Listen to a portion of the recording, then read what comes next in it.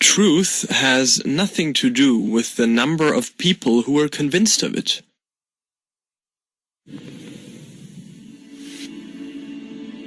If you are 40 years or older, you may remember January 28, 1986. It was the day of a huge NASA catastrophe off the coast of Cape Canaveral, Florida, where at 11:38 a.m. EST, 73 seconds after takeoff, Space Shuttle Challenger exploded in a tremendous burst over the Atlantic. All 7 crew members were killed, 5 NASA astronauts and the 2 payload specialists.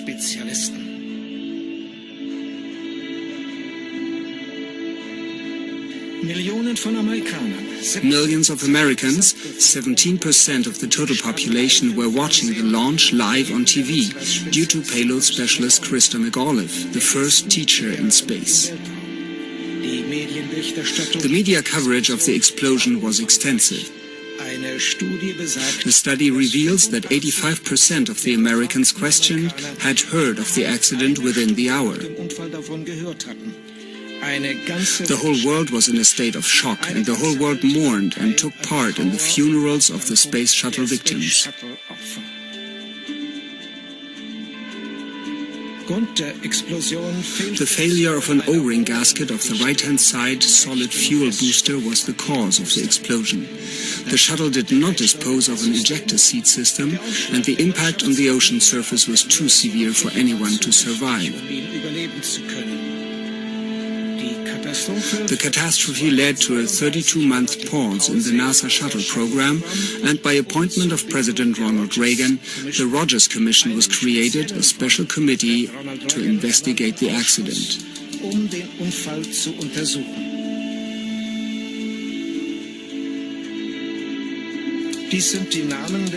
These are the names of the 7 crew members of the Challenger.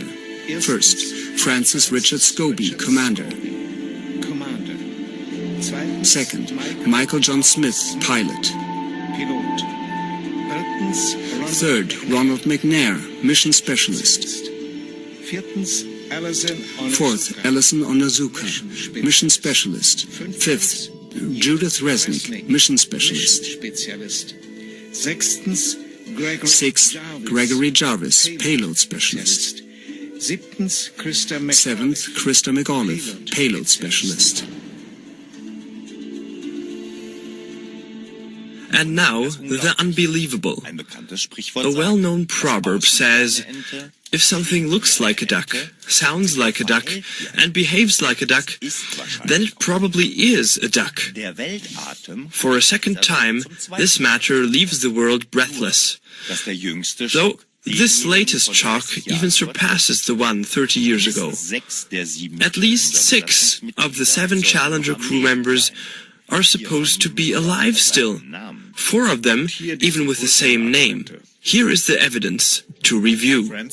First, Francis Richard Scobie, commander of the Space Shuttle Challenger. Francis Richard Scobie, born May 19, 1939, commander of the Space Shuttle Challenger. Exactly 30 years after the Challenger crashed, he was spotted as a CEO of Cows and Trees, which was, and today still is, a marketing advertising agency in Chicago. When you take a look at these 2 pictures, you can see at least 3 features that show a strong resemblance. First, the same high forehead and the same eyebrows, and also the eyes facing slightly downwards at their outer corners. And all this always with his middle name Richard and the same age. You can find the picture on the right side, also on his LinkedIn page. When visiting the Cows and Trees website, which I've opened here, you come across an animation with a rocket-driven cow. And the dust swirled around forms the number 6. The whole thing reminds strongly the Space Shuttle Challenger on TV when it exploded in midair. Just how black would such a humor be? Second, Michael J. Smith, pilot of the Challenger.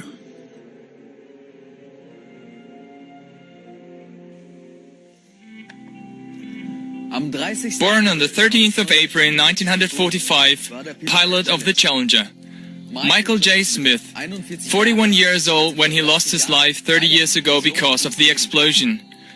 The man on the picture to the right also bears the name Michael John Smith, and he's exactly 30 years older now. The resemblance with the astronaut Michael John Smith is striking. The same horizontal eyebrows, the same grey-blue eyes, the same vertical indentation on the tip of his nose. We are talking of an emeritus professor for industry and system engineering at the University of Wisconsin-Madison. Michael John Smith's email address is mjsmith@k.wisc.edu. Third, Ronald McNair, mission specialist of the Challenger. Born on October 21, 1950, Ronald McNair was the second Afro-American astronaut with a doctor's degree in physics. The 66-year-old Carl McNair on the right looks just as Ronald would look today. One day this fact attracted the attention of some American citizens. When addressing him about the astonishing resemblance, it is said that he responded spontaneously that he was the twin brother of the killed astronaut. As the resemblance was more than striking in every aspect, some fellow citizens began to doubt this assertion. Because they did not just want to put out empty allegations, they began to investigate. Previously, it was not known that the late Ronald McNair had a twin brother. However, there was a lot to discover about Carl McNair. For example, that he is an author, an educational consultant, and an inspired speaker. That he is the founder and retired president of the Ronald E. McNair Foundation, which he had established in honor of his deceased brother. One detail, however, could not be clarified at the time of that investigation. There are no indications for a twin brother of Ronald McNair named Carl from before 1986. Here's the report of the research of a free journalist. On Ancestry.com I have performed a search for a Carl McNair, who claims to be the brother of the astronaut Ronald McNair. Carl S. McNair's LinkedIn page mentions December 16th as his birthday. On Wikipedia, Ronald McNair's parents are Carl C. and Pearl M. McNair. So I searched Ancestry.com for any birth or baptism records for a Carl McNair born on December 16th, whose father is Carl McNair and Pearl McNair, his mother. Search results. In the birth certificates of Texas between 1903 and 1932, there's only the record of Herschel John McNair, born on October 12th in Rosewood, Upshur, whose father's name was William McNair and his mother's was Pearl McNair. In other words, according to Ancestry.com, there's no Carl McNair, brother of Ronald McNair. Here's the screenshot of the respective page of Ancestry.com with a timestamp in the lower right-hand corner. 10:18 a.m. on 5th of September 2015, circled in red. Just to make sure, I redid the search for Carl McNair. This time I have limited the search to Carl McNair with a father named McNair and a mother called Pearl. I found no Carl McNair, whose father's last name was McNair and whose mother's first name was Pearl.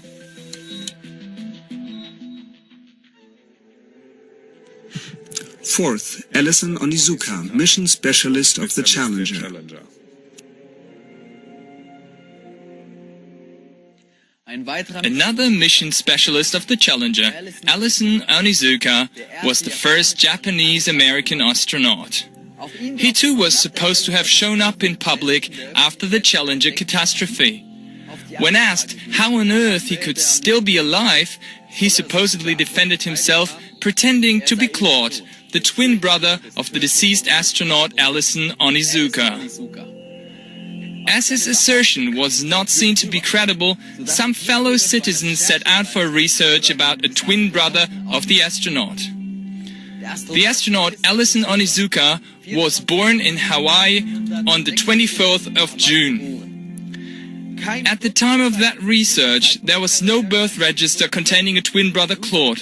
Claude allegedly claimed to be the younger brother of ONIZUKA.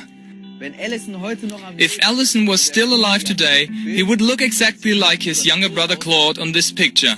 The same eyebrows, same eyes, same crow's feet wrinkles, same nose, even the same hair parting. Claude Onizuka is a board member of the Department of Liquor Control, County of Hawaii, Hilo, Hawaii. Resulting from another more extensive research by an eyewitness. I also asked Ancestry.com to search for the birth records of a Claude Onizuka, the alleged brother of the astronaut ELLISON Onizuka. According to Wikipedia's entry on ELLISON Onizuka, his father was the late lamented Masamitsu Onizuka. His mother is Mitsu Onizuka. Result of the search? Your search for Claude Onizuka returned 0 good matches. Here's the screenshot of the birth register.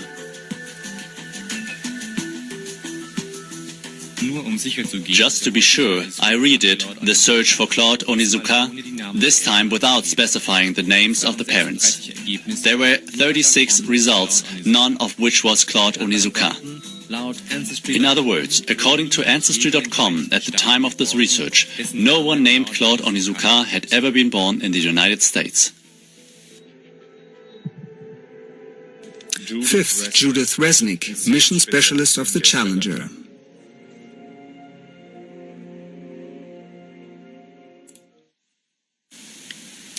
Judith Arlene RESNIK, born on April 5, 1949. What of importance can be said about her?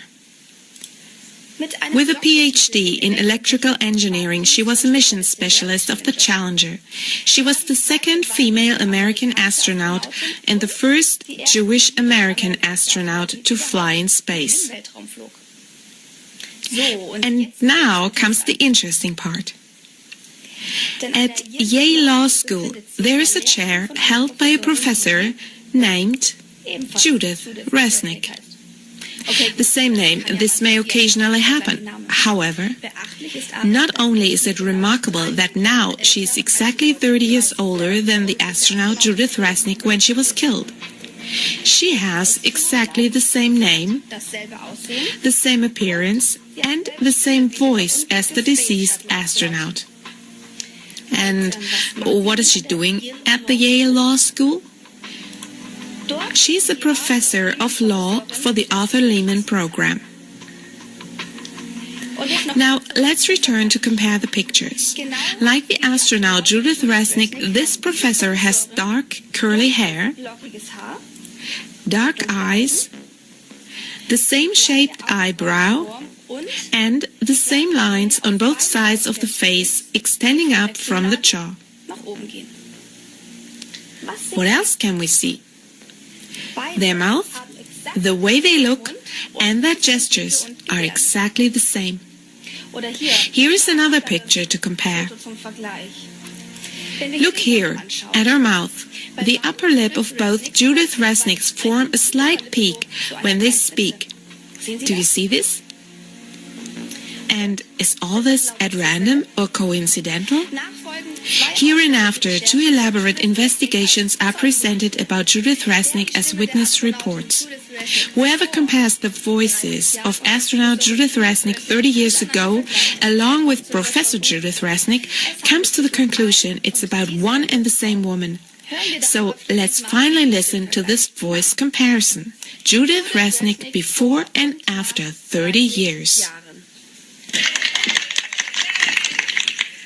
Well, I too am glad to be here one more time, and I am hoping that the affliction that Steve Hawley had from the 41D mission specialist of the delays hasn't rubbed off on me. And there were fewer than 40 federal judges around the United States, and they didn't need a building of their own. They were tucked into facilities like this.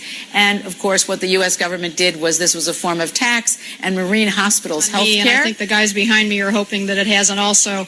Otherwise, they might throw me. Of course, is the Civil War, and with the Civil War and the North conquest of the South. Otherwise, they might throw me off the flight. The U.S. federal government owned and I will now introduce about 50 buildings around the entire hoping that it has United States. They might throw me off the flight. Are all these inconsistencies pure coincidences, or is it about a worldwide deception of enormous proportions? One must not mistake the majority for the truth. Sixth, Sharon Christa McAuliffe, payload specialist of the Challenger. On September 2nd, 1948, Sharon Christa McAuliffe was born. She too was one of the astronauts killed on the Challenger. She was a teacher for social studies at Concord High School in New Hampshire, where she was selected from more than 11,000 applicants to participate in the NASA project Teacher in Space. If the Challenger had not exploded, she would have been the first teacher in outer space. Had she not died in the Challenger disaster, McAuliffe would be 68 years old today. In the course of the research about the space shuttle deception, also for Sharon McAuliffe, apparently an exact double was found with the same looks and, believe it or not, with the same name. Even considering the 30 added years, this exceptional professor of law at Syracuse University looks exactly the same as the astronaut McAuliffe.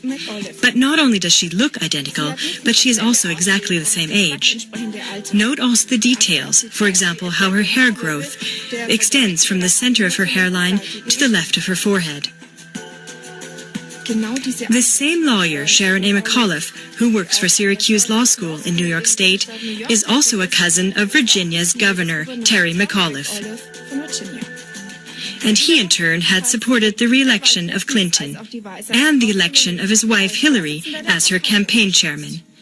Furthermore, he stood up for the support of NASA, in particular for the matter of the rocket launching site on Wallops Island, Virginia, in the Atlantic Ocean. In all these researches, it is important to state that it would be one thing if a single crew member of the Challenger would resemble to a person still alive. That could be dismissed as a mere coincidence. But it is quite a different thing if 6 members from one and the same Challenger crew have a look-alike, living in one and the same country, and in not less than 4 cases even have the same name. The rough guess of a physics teacher is summarizing this probability with the following figures and illustrations. By using a binomial distribution, one can ascertain how likely it is that an event with this probability occurs 4 times within 10 years. Roughly guessed, this leads to a probability of about 10 raised to the power of minus 160.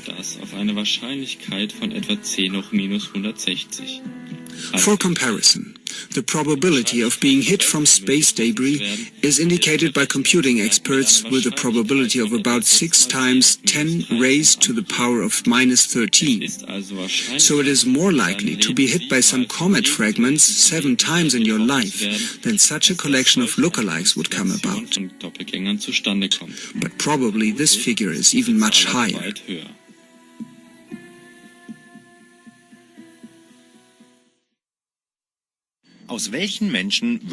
What kind of people would the NASA be composed of if they are able to lie deliberately and to bluff a whole world for more than 30 years?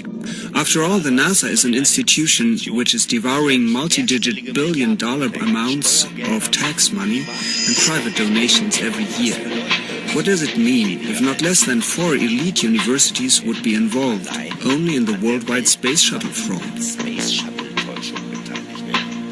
The following questions must be absolutely clarified. Who else could be involved into this fraud? Considering all the astronauts presumed dead would then be found as lawyers, jurists, financial experts, etc. So if the entire NASA, astronauts and professors of law, in other words, elite instructors of teachers, etc., would be involved in a global fraud, who else in addition to that?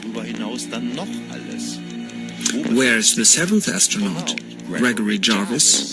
Is he still alive? For the clarification of all these endless questions, humanity depends upon its own help. Whoever is capable to help is welcome to participate in the clarification of all the problems addressed in this film. According to eyewitness reports from NASA insiders, the NASA did not only lie in some ways, but in every way. A NASA insider reveals. When I was talking with the gentleman from Belcom, and we were discussing the lie, everything he was telling me was different from what we were being told was the truth. And at one point I asked him, I said, man, you guys you lied about a lot, didn't you? And instantly he said, no, we didn't lie about certain things. We lied about everything. None of it was true. Repeatedly in their advertisement films, NASA boasted that their space flights created jobs, first of all in the industry. But now the most urgent question is this: which jobs in exactly which industry? At least in the spaceflight industry, various NASA astronauts were not taking an active part during the Great Moon or Space Shuttle flights. So a NASA insider recently claimed that he cannot take part anymore for his conscience sake in the whole worldwide deception, as he calls it. He says that the NASA does not lie to the world only in some aspects, but in every single aspect. Because of similar testimonies of other NASA insiders, freelance journalists took a kind of a crucial test. With a Bible in their hand, they placed themselves in front of all these famous hyped astronauts and let them swear on the Bible that they really had been on the moon and had not been lying to the world. But listen and watch for yourself. And like this, all astronauts reacted when being asked. You want me to knock you in the head? Well, I want you to swear to God on the Bible that you walked on the moon. Okay. If you walked on the moon, we're given the opportunity to swear to God that you walked on the moon. I'm going to give you the opportunity to get the hell knocked out of you if you don't leave me alone. So why don't you just put the end to the record in the argument and put your hand on the Bible, swear to God you walked on the moon. Mr. Several, knowing you, that's probably a fake Bible. You really like it? You're the one who said you walked on the moon when you didn't. Calling the kettle black, if I ever thought of it. Saying I misrepresented myself. Away from me. You're a coward and a liar and a thief. You're a coward and a liar. You're a coward and a liar. Well, you're talking to the wrong guy. Why don't you talk to the administrator at NASA? We're passengers. We're guys going on a flight. Of course. I don't hit people, but you're going to be on the deck unless you get I'm heading out. I appreciate it. and get the hell out of the house. Well, take your stuff and get the fuck out. Why don't you quote me and say it's bullshit? When the shadows in her uncle, I don't give a damn about all that shit. Shit. Of lunar orbit being falsified. Being falsified? Correct. We've got an unedited tape from a source at the Johnson Space Center. It's totally nonsense.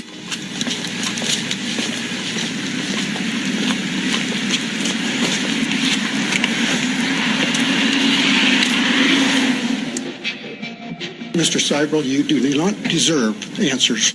If you show this publicly, you're open for a lawsuit. Okay?